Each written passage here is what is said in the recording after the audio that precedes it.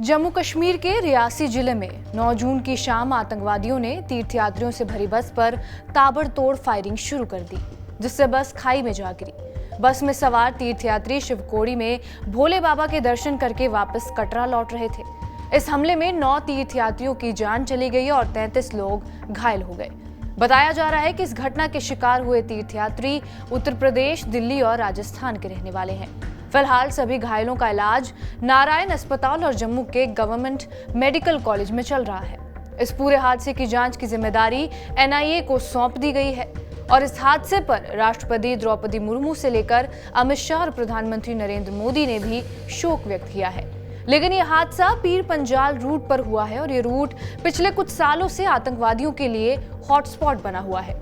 इसी रूट पर हमले भी ज्यादा बढ़े हैं। इसी वीडियो में हम वो सारे कारण जानेंगे कि क्यों इस रूट पर ज्यादा हमले बढ़ रहे हैं। नमस्कार, मेरा नाम है रिया शर्मा और आप देख रहे हैं TV9 डिजिटल। पहले आपको हादसे का घटनाक्रम बता देते हैं। श्रद्धालुओं के मुताबिक वो शिवकोड़ी से दर्शन करके वापस लौट रहे थे। इसी बीच अचानक रोड पर एक काले कपड़े से चेहरा ढके एक आतंकवादी आया, जिसने बस पर फायरिंग करना शुरू कर दी। इस वजह से पहले बस के शीशे टूटे और ड्राइवर पर फायरिंग होना शुरू हो गई, जिसके बाद बस का संतुलन खो गया और बस खाई में गिर गई। लेकिन श्रद्धालुओं के मुताबिक बस गिरने के बाद भी आतंकवादी ने फायरिंग चालू रखी। रियासी की सीनियर SP मोहिता शर्मा ने बताया कि आतंकवादी बस के ही इंतजार में थे और शुरुआती रिपोर्ट के अनुसार आतंकवादियों ने घात लगाकर शिवकोड़ी से कटरा के लिए रवाना हुई बस पर गोलीबारी की। ड्राइवर ने बस से कंट्रोल खो दिया और बस खाई में जा गिर गई। इससे पहले भी इसी पीर पंजाल रूट पर कई हमले हो चुके हैं। द हिंदू की एक रिपोर्ट के मुताबिक 2020 के बाद से पीर पंजाल में लगभग 40 सैनिक मारे गए हैं और केंद्र सरकार ने 2019 में ही जम्मू कश्मीर से आर्टिकल 370 हटाया था।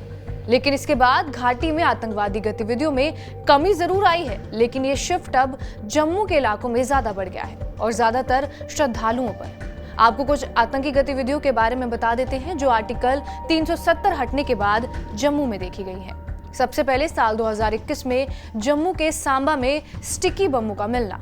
2021 में ही जून में जम्मू के इंडियन एयरफोर्स बेस पर हमला। मई 2022 में कटरा से जम्मू जा रही एक बस में बम के कारण आग लगने से 4 वैष्णो देवी तीर्थयात्रियों की मौत हो गई थी और 24 लोग घायल हो गए थे। 2023 दिसंबर में पुंछ जिले में आतंकवादियों के साथ एनकाउंटर में 4 सैनिक शहीद हुए थे। अब हम आपको पीर पंजाल रूट की ज्योग्राफी समझा देते हैं। पीर पंजाल रूट एक बड़ा पहाड़ी क्षेत्र है जो कश्मीर घाटी और साउथ कश्मीर और जम्मू के इलाके को अलग करता है। राजौरी और पुंछ जम्मू के 2 ऐसे जिले हैं जो घाटी के बाकी हिस्सों से सीमा द्वारा अलग होते हैं। ये क्षेत्र कई कारणों से बहुत जरूरी है। सबसे पहले दोनों पक्षों की ऐतिहासिक मान्यता के कारण, जो ये कहती है कि पीर पंजाल पर नियंत्रण का मतलब है कि आपका नियंत्रण पूरी घाटी पर होगा। दूसरा ये कि क्षेत्र पाकिस्तान की सीमा से पास है और यहाँ पर घुसपैठ करना आसान भी है।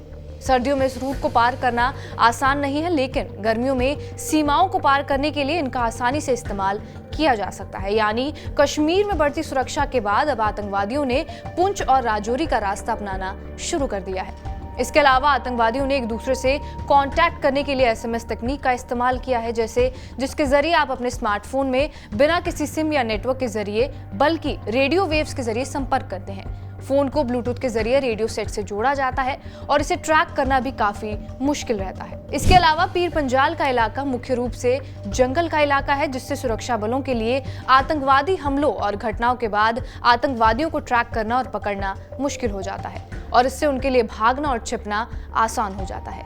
ये क्षेत्र में आतंकवादी विरोधी ताकतों के लिए काफी हद तक एक चुनौती बनी हुई है और जंगली क्षेत्र जहां आतंकवादी छिपते हैं, दक्षिण कश्मीर में शोपियां तक फैला हुआ है। माना यह भी जा रहा है कि घुसपैठ करने वाले आतंकी साउथ कश्मीर तक पहुंचने के लिए इसी रास्ते का इस्तेमाल कर रहे हैं। लोकल मीडिया के मुताबिक अब आतंकवादी बाहरी सपोर्ट की बजाय वहीं के लोगों से सपोर्ट साधने की कोशिश करते हैं और ज्यादातर ये पुंछ और राजौरी जैसे इलाकों में देखा गया है। और ये साल 1990 में भी देखा गया था, जब जम्मू कश्मीर में आतंकवाद चरम सीमा पर था।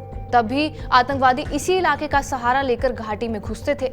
इसके अलावा 2018 से पहले इस रूट को जीरो टेररिज्म इलाका घोषित किए जाने के बाद इस इलाके से सैनिकों की संख्या कम होने से भी आतंकवादियों ने नए अड्डे बनाना शुरू कर दिया था। पहली सैन्य कटौती 2002 में पाकिस्तान के साथ युद्ध विराम के बाद हुई थी और दूसरी कटौती 2020 में चीन भारत सीमा में हुई झड़प के बाद हुई थी।